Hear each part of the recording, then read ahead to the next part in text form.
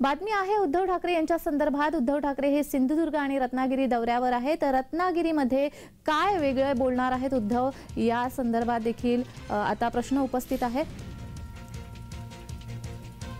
तसेच उद्धव ठाकरे हे बारसू होऊ देणार का, हा देखील सवाल उपस्थित होतोय। उद्धव ठाकरे हे सध्या कोकण दौऱ्यावर आहेत। सिंधुदुर्ग इथे त्यांच्या काल सभा देखील झाल्या। सिंधुदुर्ग आणि रत्नागिरीचा दौरा उद्धव ठाकरे यांच्याकडून करण्यात येतोय। मात्र आता उद्धव ठाकरे हे बारसू होऊ देणार का, असा सवाल उपस्थित होतोय।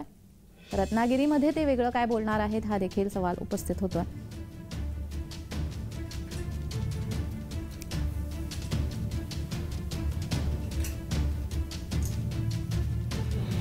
उद्धव ठाकरे हे सध्या कोकण दौऱ्यावर आहेत। काल सावंतवाडीमध्ये तसंच कणकवलीमध्ये त्यांची सभा झाली। या सभेनंतर आता ते रत्नागिरीमध्ये काय बोलणार याकडे लक्ष लागलंय।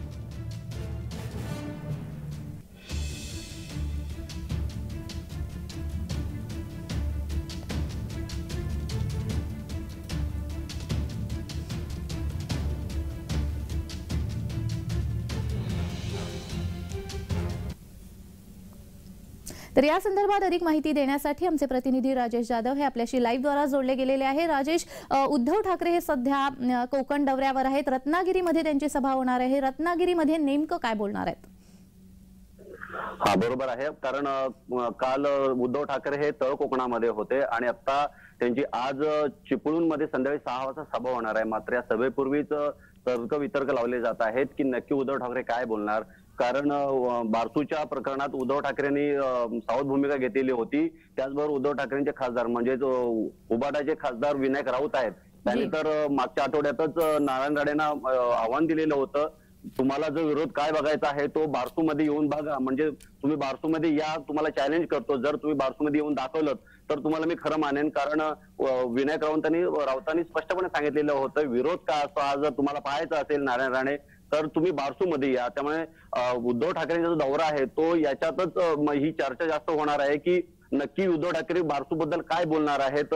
त्याचबरोबर रत्नागिरीमध्ये म्हणजे दापोली मतदारसंघामध्ये जे दळवी आहेत त्यांनी भाजपमध्ये प्रवेश केलेला आहे आणि उद्धव ठाकरेंचा जो कोकण दौरा आहे या कोकण दौऱ्याच्या बरोबर मध्येच भाजपने एक नवी खेळलेली आहे की जे दळवी आहेत त्यांनी दळवींना भाजपमध्ये प्रवेश करून घेतलेला आहे। दळवींनी सध्या कमळ हातात घेतलाय। त्यामुळे उद्धव ठाकरे नक्की काय बोलतात याच्यावर सगळ्यांचं लक्ष लागून राहिलेलं आहे। जी जी राजेश, मात्र सुरुवातीपासूनच उद्धव ठाकरे यांचा बारसू प्रकल्पाला विरोध असलेला आपल्याला पाहायला मिळतो। आता ते बारसू होऊ देणार का उद्धव ठाकरे? नाही, बरोबर आहे, याची हीच चर्चा चालू आहे। कारण उद्धव ठाकरे नक्की बारसू बद्दल काय बोलतात हे लोकांना ऐकायचं आहे। कारण चर्चाही तशी चालू आहे, त्याबद्दलचे बॅनरही तसे झळकत आहेत।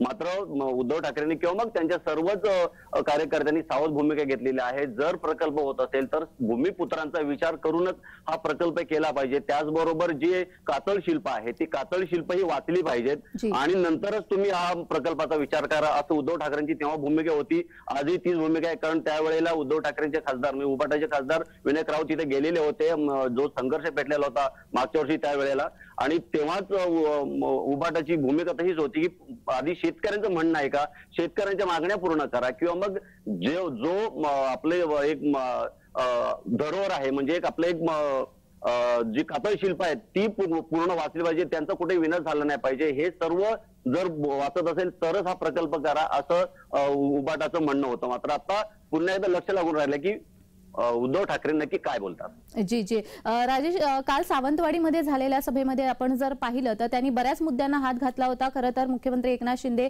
यांच्या संदर्भात देखील त्यांनी टीकेची झोड उठवली होती। त्यामुळे नक्कीच आता ते रत्नागिरीमध्ये काय बोलणार याकडे लक्ष लागून राहिलंय। धन्यवाद राजेश, तुम्ही दिलेल्या या माहितीसाठी।